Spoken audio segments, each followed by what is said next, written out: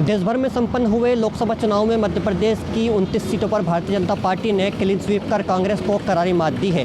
उसके बाद से ही कांग्रेस के संगठन को लेकर सवाल खड़े हो रहे हैं। अब कांग्रेस के ही जो नेता हैं वो अपनी पार्टी के संगठन को लेकर सवाल खड़े कर रहे हैं। कांग्रेस के वरिष्ठ नेता और पूर्व नेता प्रतिपक्ष ने कांग्रेस संगठन को लेकर सवाल खड़े किए हैं। उन्होंने जीतू पटवारी की कार्यप्रणाली को लेकर भी सवाल उठाए हैं। साथ ही कांग्रेस के राष्ट्रीय संगठन से आह्वान किया है कि मध्य प्रदेश के संगठन की अगली रणनीति क्या हो, इसको लेकर जिम्मेदारी तय होनी चाहिए। उन्होंने कहा कि जब 2013 का चुनाव कांग्रेस हारी थी तब वो नेता प्रतिपक्ष थे और उन्होंने अपने पद से इस्तीफा दिया था। साथ ही उन्होंने कहा कि मध्य प्रदेश में कांग्रेस की हार की कई वजह हो सकती हैं। उन्होंने कहा कि लगातार जो कांग्रेस के नेता है वो पार्टी छोड़कर बीजेपी में जा रहे थे, उनको रोकने वाला कोई नहीं था, जबकि उनको रोकना और मनाना चाहिए था। वहीं उन्होंने बिना नाम लिए कमलनाथ को भी आड़े हाथों लिया। उन्होंने कहा कि कांग्रेस के एक जो वरिष्ठ नेता है वो लगातार जाऊं या नहीं जाऊं की स्थिति में थे। उससे भी कांग्रेस का जो कार्यकर्ता है वो निराश हुआ है और काम सही से नहीं कर पाए, जिससे कांग्रेस को बड़ी हार झेलना पड़ी है। उन्होंने मुख्य संगठन से कहा है कि कांग्रेस के संगठन को लेकर जल्द ही बड़ा निर्णय लेना चाहिए। देखिए, पूरे देश में कांग्रेस के पक्ष में माहौल था। कम संख्या में सीटें जीती, लेकिन जो मोदी जी का एक जलवा था वो तो समाप्त हो गया। दुर्भाग्य से मध्य प्रदेश में उसको देखने को हम लोग तरस गए, पर उस तरह के नतीजे नहीं आए। क्या कारण? अब कारण एक दिन का नहीं होता है, उसके बहुत कारण हैं। सरकार न टिकना एक कारण है, 15 महीने में चुनी हुई सरकार गिरना,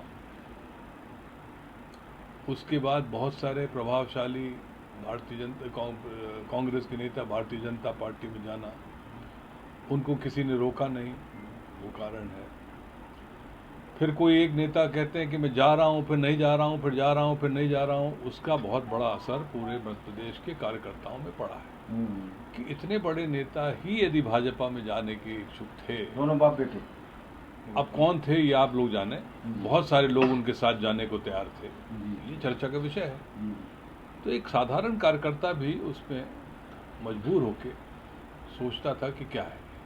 संगठन की क्या मानेंगे? मध्य प्रदेश संगठन में कहाँ कहीं कोई कमी रह गई क्या? देखिए, संगठन के बारे में जिनको बहुत कम समय का काम करने का मौका मिला, उसके लिए मैं कुछ नहीं कह सकता हूँ।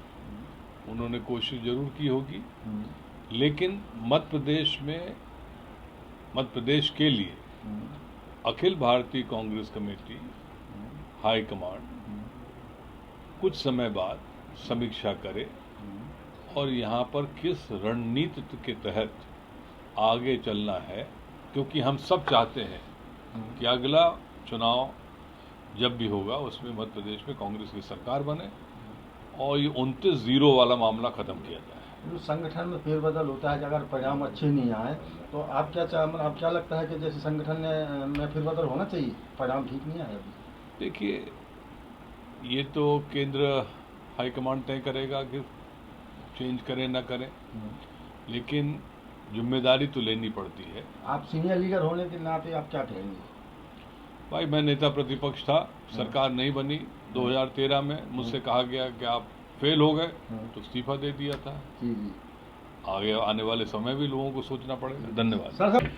मैंने पहले कह दिया कि बहुत दुर्भाग्य है कि कांग्रेस में इस तरह की हार कभी नहीं हुई थी। मेरे पिताजी के समय मध्य प्रदेश और छत्तीसगढ़ की 40 की 40 लोकसभा सीटें आई थी।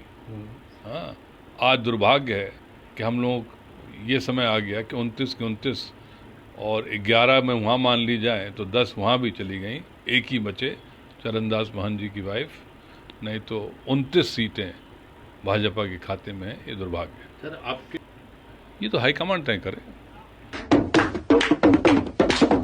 मोहम्मद ताहिर खान, प्रवक्ता न्यूज़, भोपाल। अगर आप भी लेना चाहते हैं देश दुनिया की तमाम जानकारी तो आज ही सब्सक्राइब करें हमारे चैनल को। साथ ही नीचे दिए बेल आइकन को जरूर दबाएं ताकि हर अपडेट आप तक पहुंच सके।